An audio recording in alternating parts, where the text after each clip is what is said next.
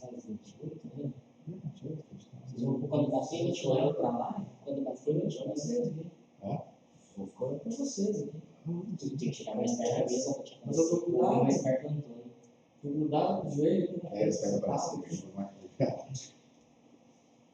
Podia arrumar essa porra, começar a transmissão. Só que você um pouquinho quando você está duro. Frente, então. Muito boa tarde, amigos, ouvintes, telespectadores da Rádio Webserve, do nosso costumeiro programa Trabalhador em Foco. Hoje, dia 10 de agosto, um tempo nublado na capital das Missões, dando umas garoas, chovendo um pouco. Hoje temos a honra de contar na mesa aqui com o nosso programa com o Dr. Antônio, o Dr. Alan. Vamos trazer alguns assuntos de extrema relevância para o trabalhador. Falaremos hoje sobre empréstimos consignados dos funcionários públicos. Um tema que já foi abordado previamente em uma outra oportunidade, que hoje traremos novamente à baila e à mesa para aprofundar um pouco mais nesse assunto, né, doutor Antônio? Boa tarde a todos os ouvintes, né? Satisfação que estamos aqui com mais um programa. Vamos abordar esses temas do empréstimo para funcionários públicos, né? E trazer uma inovação, que agora tem a lei do superendividamento. Vamos abordar também como funciona, né? Os aspectos básicos, né? Para deixar o espectador mais bem informado. Né? Sim, até porque hoje tem uma grande insistência, né, das empresas, até mesmo dos bancos, mas eu diria que a grande insistência em questão de empréstimo consignado são as financeiras, né? As financeiras. Existe uma abordagem excessiva, né? Com a figura do servidor público, né? Então, isso inclusive já foi regulamentado, né? E tem que ter observância legal, né? Então, tem que respeitar isso. Sim, eles são como costumeiramente se diz, eles acabam vencendo a pessoa pela insistência, né? Então, todo dia ligando, ofertando, cada dia fazendo uma nova proposta, né? Inclusive, um fato curioso, que hoje, quando se concede benefício de aposentadoria, antes mesmo da concessão, já existe o prévio contato das financeiras, né? Oferecendo empréstimos, né? Isso é ilegal, né? Mas, infelizmente, é corriqueiro. Isso vem também um pouco de encontro, né, à proteção dos dados também, né, como nós já havíamos abordado. O assunto abordado, né, outra oportunidade, né. Isso é de extrema relevância, porque tem que ser observada a lei, né. Se não for observado, acontecem esses abusos que são passíveis de dano. Exatamente. Bom, mas para nós, então, entrar em si no nosso assunto, como que funciona, doutor Antônio, esses empréstimos consignados, então, para a questão dos funcionários públicos, que é o nosso foco aqui hoje, né? Exato. Sim, as instituições financeiras em si, elas sempre se procuram se cercar de uma segurança para receber o empréstimo que elas concedem. Então, elas fazem uma série de checagens, né, de cadastro, para garantia do débito. Com relação ao funcionário público, né, seja em qual for das esferas, federal, estadual, municipal, nesses casos, a garantia é o próprio emprego dele. Né? Então, como já tem estabilidade, o banco fica mais seguro em oferecer um bom empréstimo. O que seria um bom empréstimo? Né? Isso significa um empréstimo mais vantajoso, condições diferenciadas, faz com o dinheiro seja liberado mais rápido, a taxa de juros muito mais baixa, né? Prazos mais longos, menos burocracia para a liberação desse dinheiro em si, né? E um pagamento mais facilitado. Essa seria uma das vantagens, né, do empréstimo para o servidor público, como as instituições financeiras concedem esse crédito. Eles têm uma maior garantia, né? Então, o próprio emprego, como dito, do funcionário público, já garante, né, o pagamento de dívida, né, a estabilidade em si. Exato, né? Isso que eu ia complementar, né? A estabilidade em si do funcionário público, né, um concursado, né, Exato. que sempre procura, né? Isso de extrema garantia para o banco, ele não vai correr um risco de um eventual inadimplemento, né? Exato. E ter que movimentar toda a máquina judiciária para fazer uma cobrança. O risco é mais baixo. Com certeza. E o banco ele é obrigado a me fornecer esses empréstimos? Bom, então eu respondo aí, Sidney, né? E ao espectador. O banco, em princípio, ele não é obrigado a aceitar o pedido de empréstimo, né? Ou financiamento afins. Quando o consumidor, o contratante, ele busca a instituição ou o banco e ele solicita um empréstimo ou financiamento, ele é submetido a uma análise de crédito que é pela central do banco daí. Então, após essa análise, a instituição ela define se vai ou não conceder o empréstimo ao contratante, ao consumidor. Certo. E isso, conforme nós vimos até falando, que no início do programa, né, que toda hora estão insistindo e ligando e fazendo ligações. É possível o consumidor contratar um empréstimo por meio do telefone? Sim, é possível. Quando a instituição entra em contato, né, primeiramente deve o consumidor certificar se esse banco, essa instituição financeira é verídica, ela existe mesmo de fato. Né? Sim. Primeiramente isso.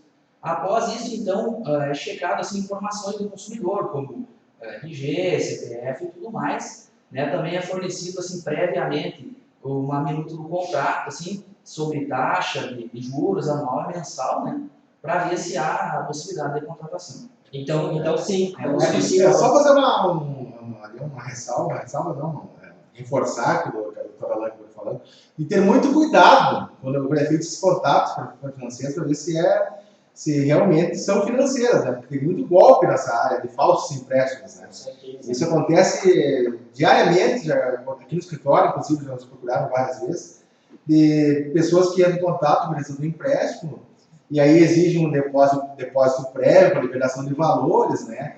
Ou oferecendo, tem um caso que eu atuei que a pessoa, uma suposta financeira, né, queria comprar a dívida que o cliente tinha na Caixa Federal e com taxas menores, com prestação menor, e daí contratou um financiamento junto a outra instituição financeira sob a condição que ele depositasse o valor na conta dessa suposta outra financeira que ela ia quitar pelo banco.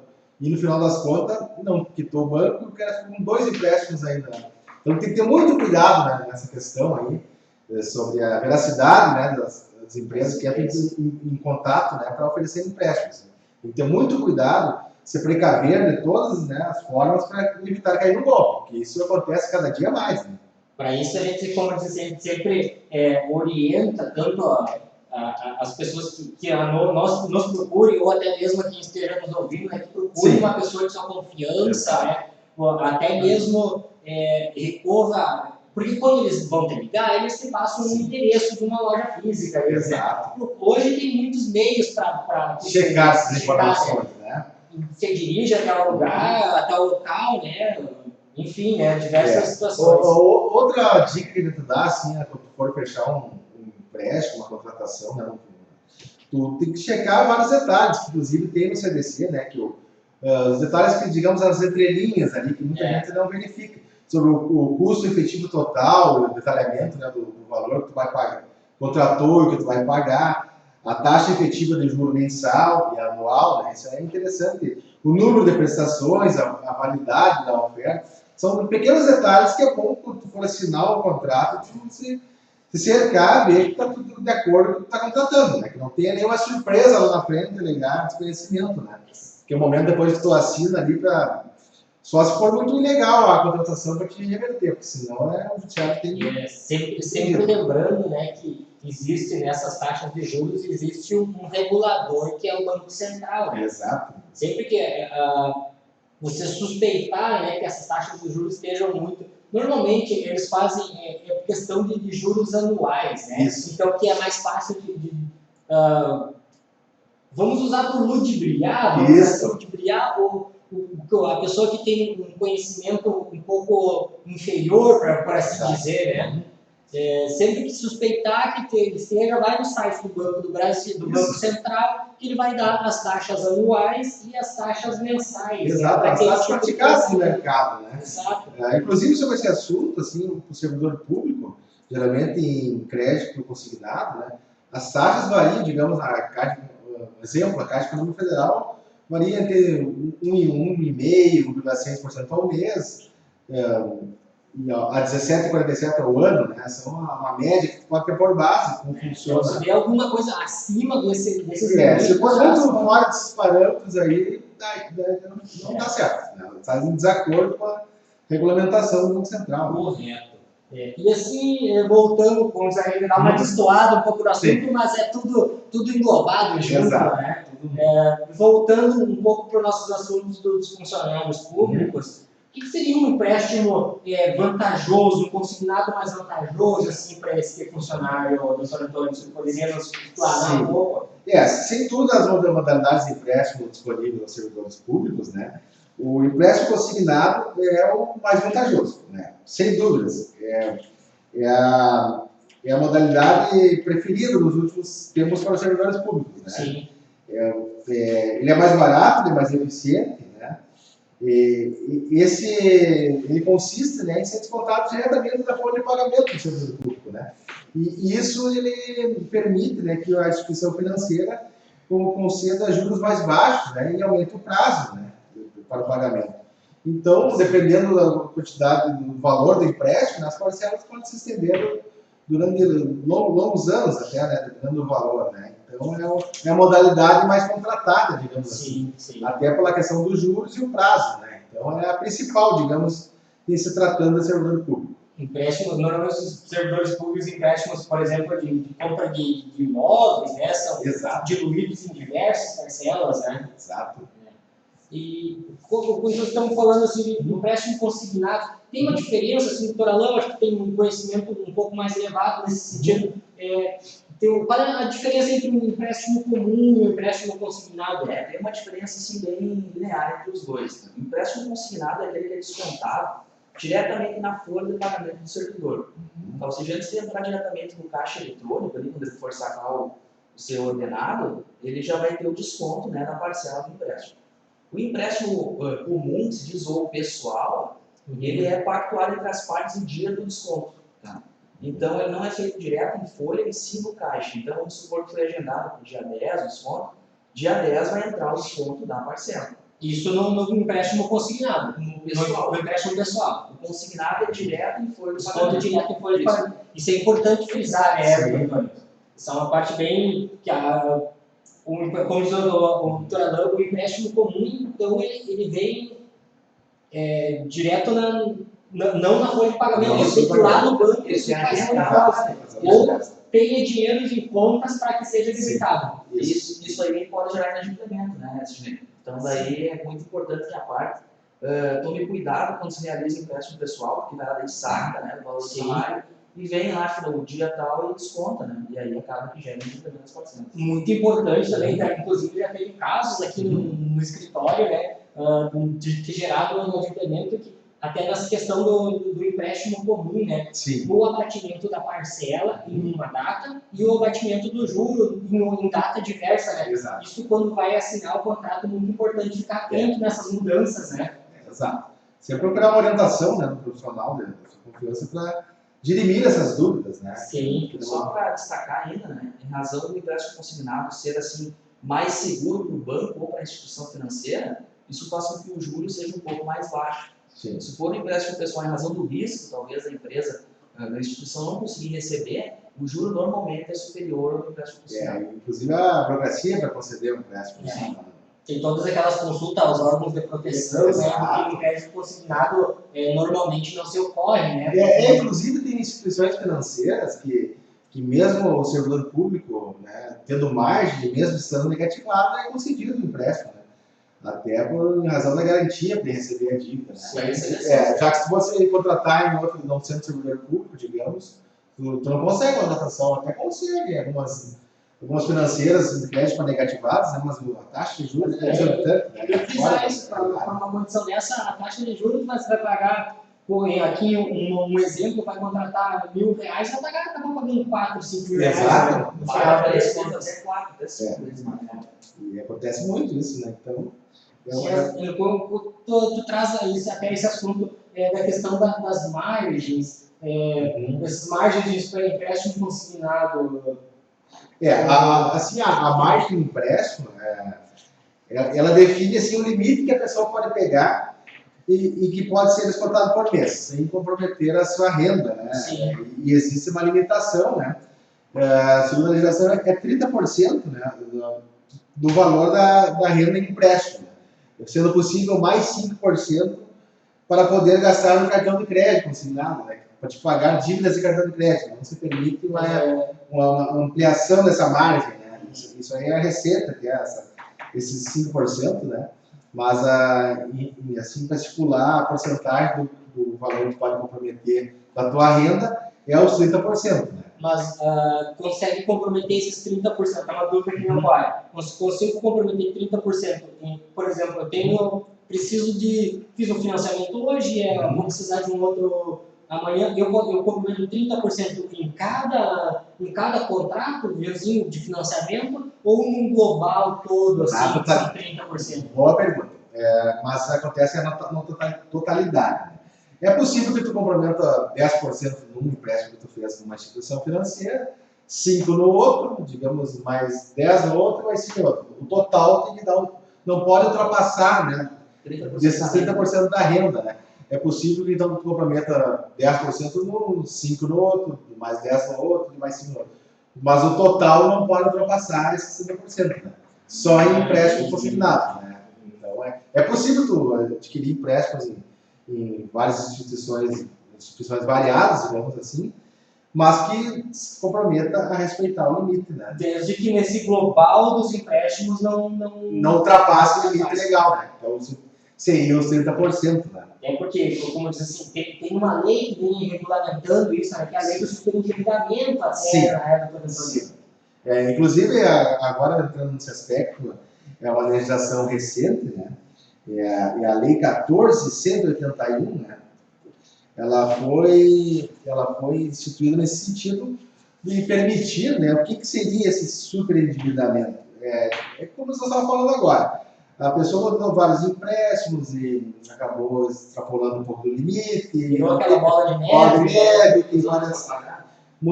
Virou uma coisa impagável.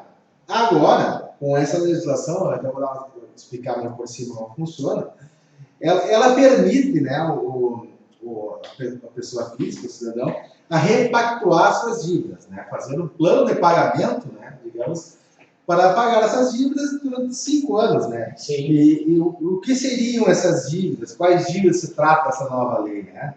Então, essa lei ela engloba operações de crédito, os empréstimos, que nós estávamos falando anteriormente. Os comuns e os consignados. Exato. Compras a prazo, né? Serviço de plantação continuada. Em si, essas regras elas se aplicam a todas as dívidas que tu está... Cartões de crédito... Exato. Engloba todas as dívidas que tu está em possibilidade de pagar e que não tem condições. Aí, só que tu tem a opção, né, de fazer essa oferta, né, para parcelar esse crédito durante 5 anos. Como funciona isso? Tu faz uma negociação em bloco, né? Tu junta todas as tuas dívidas, faz um plano de pagamento, e oferece para entra o Poder Judiciário e oferece um plano de pagamento. Como funciona esse plano de pagamento? O juiz ele marca, recebendo essa petição inicial, né? Ela marca uma audiência conciliatória com os credores e tenta negociar para ver se os credores aceitam, né? Se o credor aceita a proposta de pagamento, né? Não havendo acordo, o juiz ele pode instituir como é que vai ser essa forma, se vai acolher ou não o plano de pagamento. Isso, ele pode reajustar esse plano. Exato. Então, para clarear um pouco mais, vou pegar o montante das minhas dívidas, vou levar perante ao juiz, devo 10 para o fulano, 10 para o ciclano e 10 para o Beltrano. Junto esse plano, faço uma audiência com todos os meus credores e apresento para eles. Ressaltando que também vale aqui na lei de superendividamento respeitar o limite dos 30% também. Também tem que respeitar. Também. É importante esse É importante lembrar, porque tem que ter o mínimo de condições para a tua subsistência, né? Tudo bem que tu vai pagar, tu tem que pagar as dívidas que existem, mas ao mesmo tempo tu não pode se furtar do mínimo de subsistência, né? Então tu paga, mas dentro daquele limite. É isso que eu ia perguntar para o senhor. Tudo tem que apresentar a viabilidade desse plano. É verdade, plano, exato, muito perfeita colocação, que tem que ser um plano viável. Não adianta tu assumir uma obrigação de plano de pagamento que tu não vai conseguir honrar, porque não vai adiantar de nada, né? Recebo 1.000, devo 10.000, faço um plano de pagamento de 1.500, como eu vou pagar? Exato. É por aí que funciona a coisa, né? Mas nós poderíamos voltar a tratar desse assunto do superendividamento, que é um tema muito interessante, né, com maiores detalhes.